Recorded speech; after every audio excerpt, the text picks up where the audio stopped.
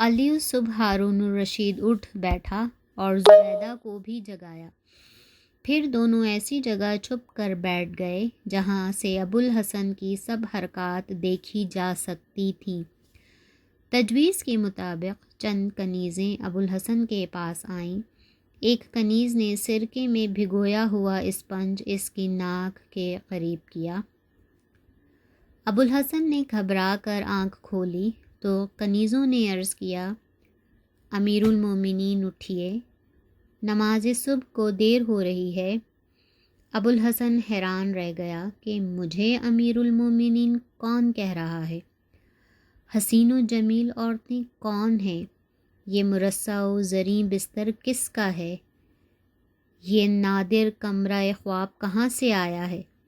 پھر یہ سوچ کر آنکھیں بند کر لیں کہ شاید میں خواب دیکھ رہا ہوں، رات میں شراب زیادہ پی لی تھی، اسی کا خمار ہے۔ جب ابوالحسن آنکھ بند کر کے سو گیا تو پھر ایک کنیز نے عرض کیا، امیر المومنین، آج نصیب دشمناں طبیعت کیسی ہے؟ آپ کو کبھی اتنی دیر آرام فرماتے نہیں دیکھا۔ ابوالحسن نے پھر آنکھیں کھولیں اور یہ سمجھ کر کہ خواب نہیں ہے اٹھ کر بیٹھ گیا اور کنیز سے مخاطب ہو کر پوچھا کہ میں کون ہوں؟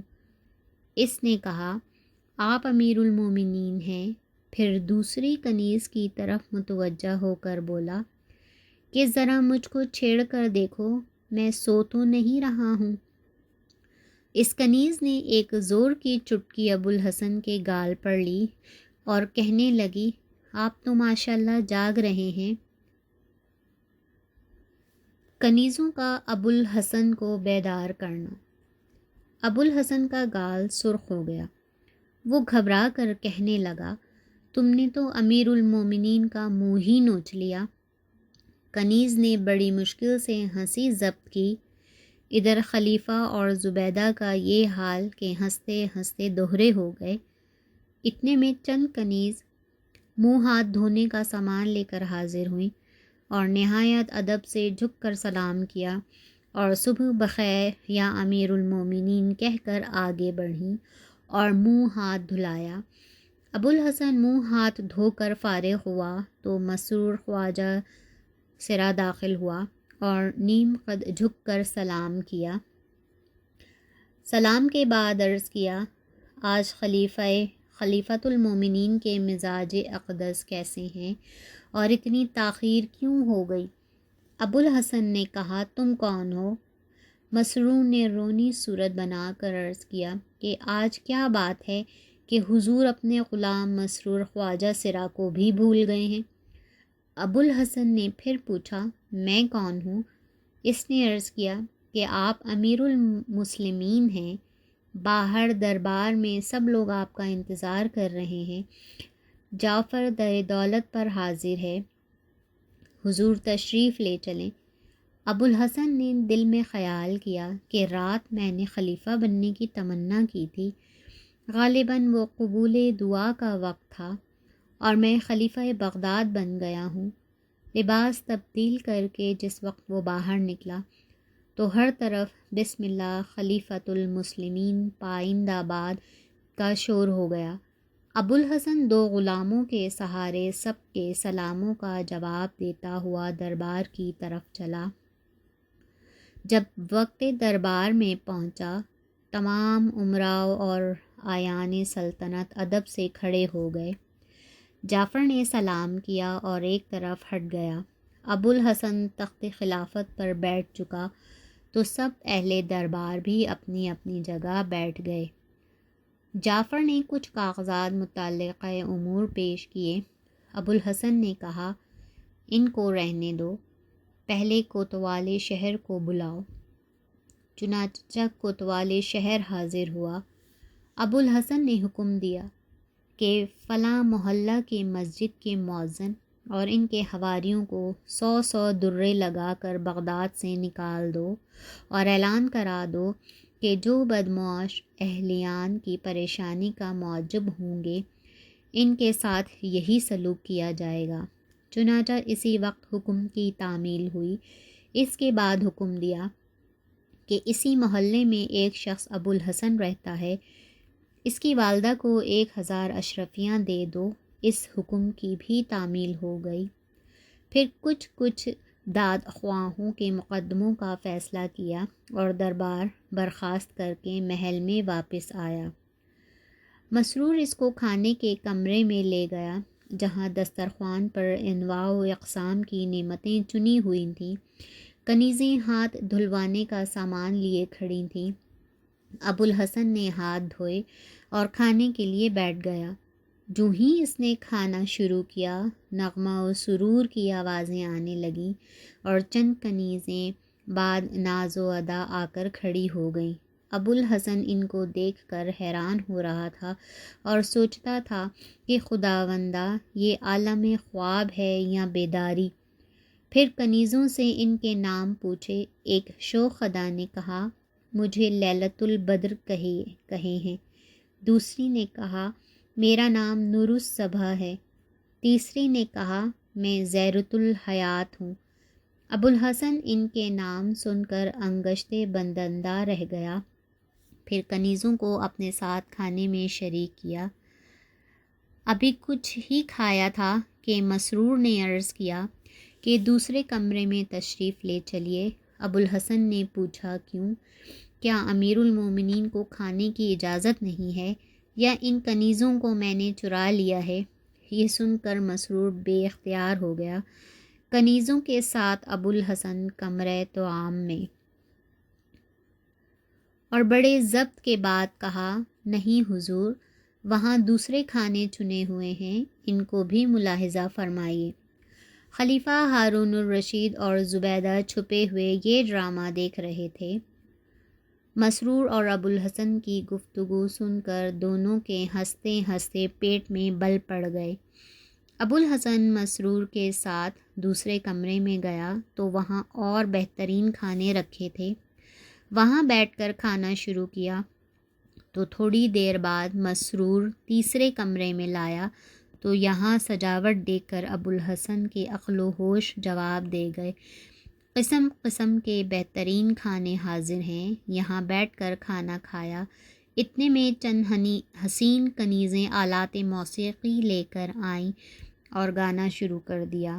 چند کنیزوں نے جام شراب بھر بھر کر دینے شروع کر دیے۔ ابو الحسن بڑے لطف سے شراب پیتا رہا اور گانا سنتا رہا۔ عالم سرور میں یہاں بھی ابو الحسن نے گانے والی کنیزوں سے کہا کہ تمہارا نام کیا ہے؟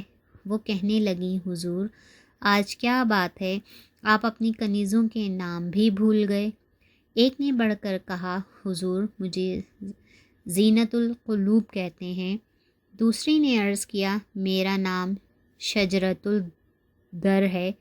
غرض اس طرح سب نے اپنے اپنے نام بتائے۔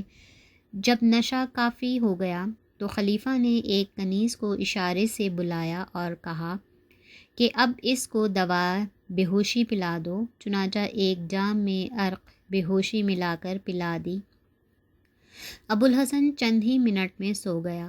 خلیفہ ہنستا ہوا باہر نکلا اور ابو الحسن کو اس کا سابقہ لباس پہنا کر ایک غلام کے ساتھ اس کے مکان پر پہنچا دیا۔ دوسرے روز دربار میں حاضرین نے مسکرا کر ان کو کہنے لگا، یہ شخص اپنے محلہ کے مؤذن اور اس کے حواریوں سے تنگ آ کر ایک دن کے لیے خلیفہ بن کر ان کو سزا دینا چاہتا تھا۔ میں نے اس کی خواہش پوری کر دی۔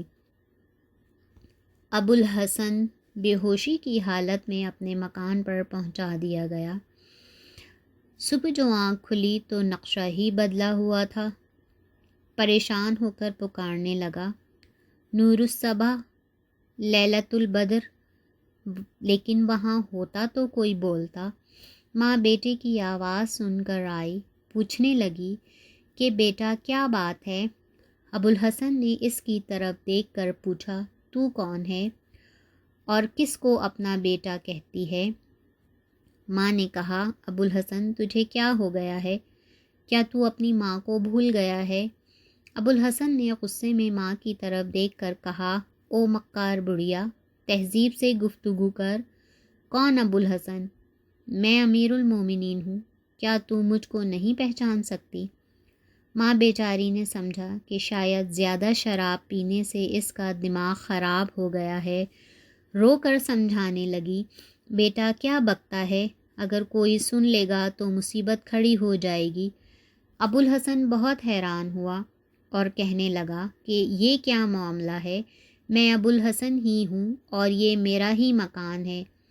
اس کی ماں نے کہا، بیٹا ہوش میں آ کر بات کر، تو کیسے خلیفہ بن سکتا ہے؟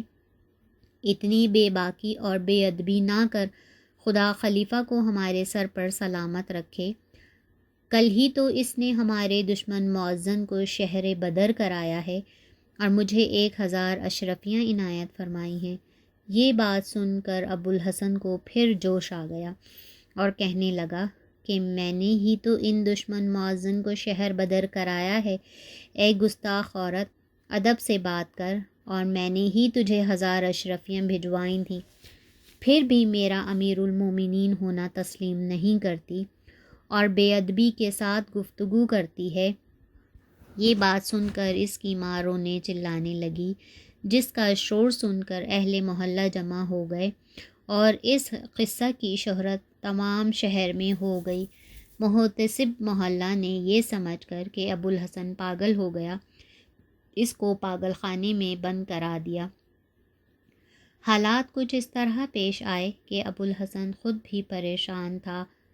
گزرے ہوئے واقعات کو کبھی اصل سمجھتا اور کبھی خواب خیال کرتا تھا، مگر جب اس کو معزن کی سزا اور اشرفیوں کا انعام دینا یاد آتا تو اپنے خلیفہ ہونے میں اس کو کوئی شبہ نہ ہوتا۔ ابوالحسن کو پاگل خانے میں ہفتہ عشرہ گزرا تھا کہ اس کی ماں اس سے ملنے جلنے کے لیے آئی اور کہنے لگی، بیٹا تو نے اتنی مصیبت اٹھائی ہے، اب بھی تیرے دماغ کی اصلاح ہوئی ہے یا نہیں؟ ابوالحسن نے کہا، تیرا ہی بیٹا ہوں، مجھے کسی طرح اس مصیبت سے نجات دلا دے۔ ماں یہ سن کر خوش ہوئی اور افسر پاگل خانے کی منت سماجت کر کے ابوالحسن کو رہا کرا کر گھر واپس لے آئی۔ چند ہفتوں کے بعد وہ اپنی اصلی حالت پر لوٹا اور خواب دور ہو گیا اور حسب معمول زندگی بسر کرنے لگا اور اپنی سابقہ عادت کے موافق کسی مسافر کو گھر لاتا اور اپنے ساتھ کھانا کھلاتا اور اگلے روز صبح کو رخصت کر دیتا۔ ایک روز معمول کے مطابق وہ پل پر کسی مسافر کے انتظار میں تھا۔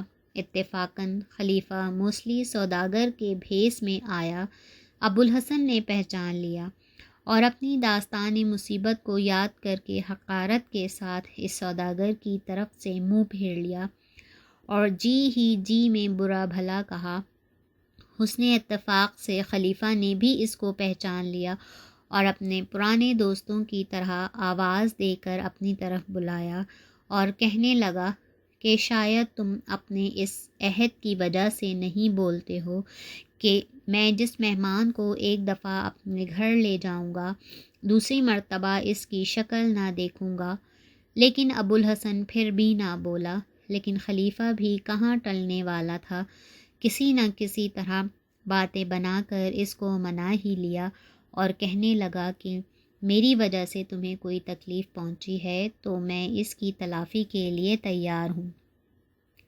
غرض خلیفہ کی شیریں زبان سے ابوالحسن نرم ہو گیا اور وہ اپنے تمام واقعات جو اس پر گزرے تھے سنائے۔ خلیفہ کو اس کی داستان سن کر بہت ہنسی آئی۔ ابوالحسن سوداگر کی اس حرکت پر بہت متعجب ہوا اور کہنے لگا کہ آپ کو میری داستان پر اظہار افسوس کرنا چاہیے تھا، نہ کہ آپ الٹا مذاق اڑاتے ہیں۔ اگر یقین نہیں آتا تو دیکھو، میری پشت پر اب بھی کوڑوں کے نشان بھی ہیں۔ خلیفہ نے کہا، میں اس کی تلافی کر دوں گا۔ اس قسم کی باتیں کرتے کراتے تمام لوگ ابوالحسن کے مکان پر پہنچ گئے اور نصف شب کے قریب کھانا کھانے سے فراغت کے بعد میں نوشی کا دور شروع ہوا۔